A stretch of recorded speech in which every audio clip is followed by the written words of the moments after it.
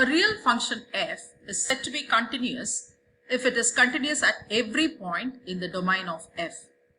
This definition requires a bit of elaboration. Suppose f is a function defined on a closed interval a comma b. Then for f to be continuous, it needs to be continuous at every point in a comma b, including the n points a and b. Continuity of f at a means limit f of x tends to a plus, which is equal to f of a, and continuity of f at b means limit f of x is equal to f of b, x tends to b minus. Observe that limit f of x tends to a plus and limit f of x tends to b minus f of x does not make any sense. So as a consequence of this definition, it is defined only at one point. It is continuous there. That is, if the domain of f is a singleton, then f is a continuous function. Let us do a problem related to this. Given f of x is equal to x cubed minus 3 if x is lesser than equal to 2 and x squared plus 1 if x is greater than 2. Now let us solve this. At x is equal to 2, limit x tends to 2 minus f of x is equal to limit x tends to 2 minus x cubed minus 3, which is equal to limit. Now let us take x to be 2 minus h. So as x tends to 2 minus h tends to 0. So now let us change the limits. Then it gives you limit h tends to 0, 2 minus h the whole cube minus 3. Now this, on applying the limits, we can see that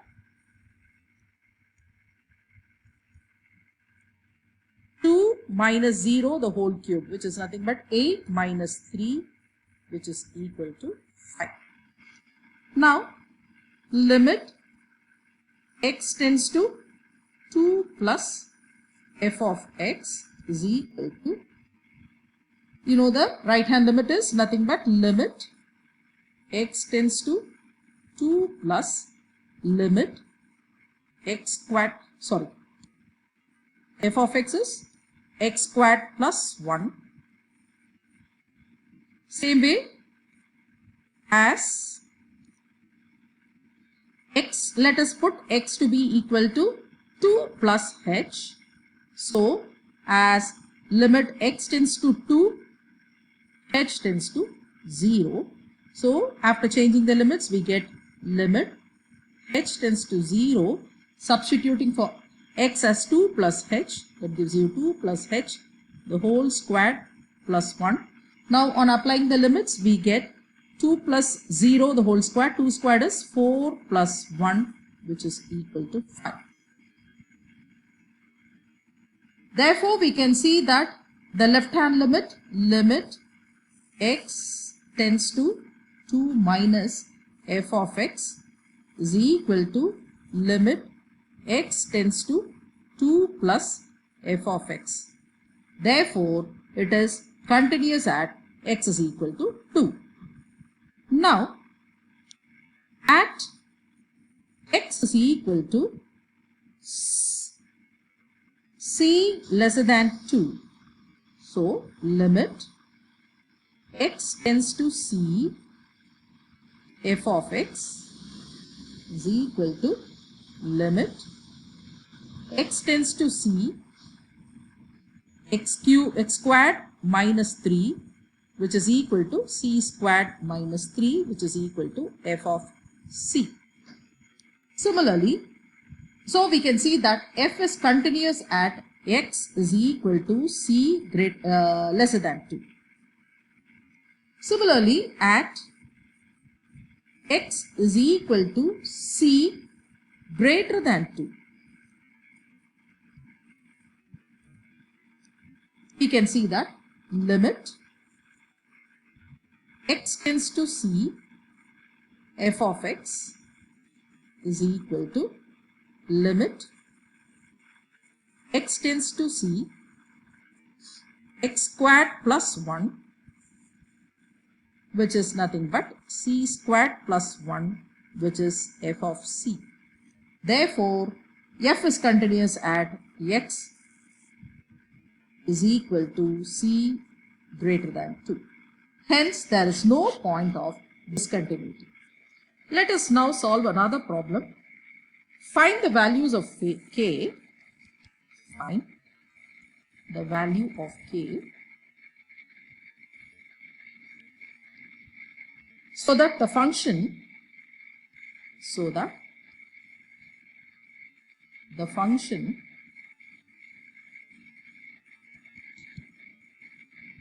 is continuous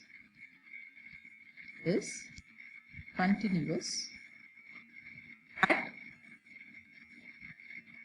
the indicated point.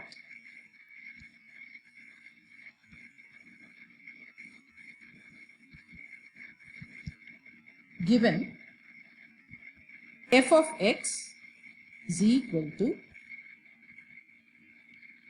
k cos x divided by pi minus 2x if x is equal to pi by 2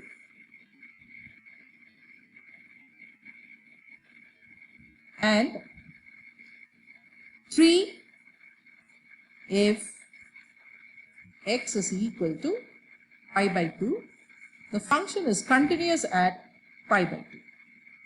Alright, let us solve this. First, let us go with the left hand limit. Limit x tends to pi by 2 minus f of x is equal to limit x tends to pi by 2 minus k cos x divided by pi minus 2x. Now, let me put in the place of x is equal to pi by 2 minus h. So, as x tends to pi by 2, h tends to 0. Now, let us replace x in the place of x. I'll put pi by 2 minus x. So, that is equal to limit h tends to 0 k cos pi by 2 minus h divided by pi minus 2 into pi by 2 minus h. Now, you know, cos of 90 minus theta is sin theta. So, now this becomes limit h tends to 0 minus k sin h divided by 2h. Pi and pi will get cancelled, so you get it as. So, we get it as pi, because it is in the negative side, so we take it as minus k sin x h by 2h. So, that is equal to, since k by 2 is a constant, we can now take it as k by 2, sorry children, it's not a minus, just have k sin h by 2h. So, I'll take k by 2, since k by 2 is a constant, I'll take k by 2. So, that gives you k by 2 limit h tends to 0 sin h by h. Now we know limit x tends to 0, sin x by x is equal to 1. So this is nothing but k by 2 into 1, which is equal to k by 2. Now let us go to the right hand limit. Limit x tends to pi by 2 plus f of x is equal to limit x tends to pi by 2 plus k cos x by pi minus 2x. Same way, I am going to substitute x is equal to pi by 2 plus h. Pi by 2 plus h. So, as x tends to pi by 2, h tends to 0. Now let me replace in the place of h, in the place of x, pi by 2 plus x, that will give me limit x tends to pi by 2 plus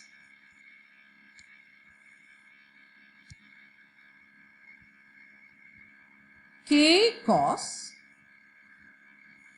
pi by 2 plus h divided by pi minus 2 into pi plus pi by 2 plus h. So, on you can see that this is cos of 90 plus theta. Cos in the second quadrant is negative, so this becomes limit x tends to pi by 2 plus minus, so cos in the second quadrant is negative, so that becomes cos of 90 plus theta is now going to become minus sin theta. So that is now going to be minus k sin h divided by 2h. Same way, we can take minus k minus 2h. So minus and minus gets cancelled. So I'll take k by 2 is a constant. So I'll take that outside. So k by 2 limit x tends to pi by 2 plus is equal to sine into sine of h by h. But sine of h by h, again we know it is 1. Therefore, k by 2 into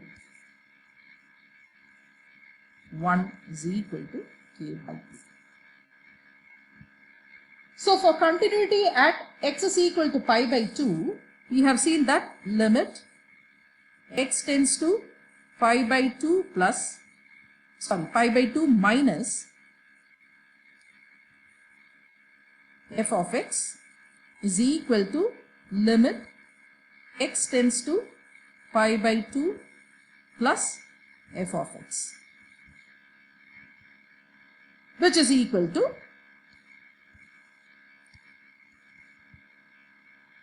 f of pi by 2.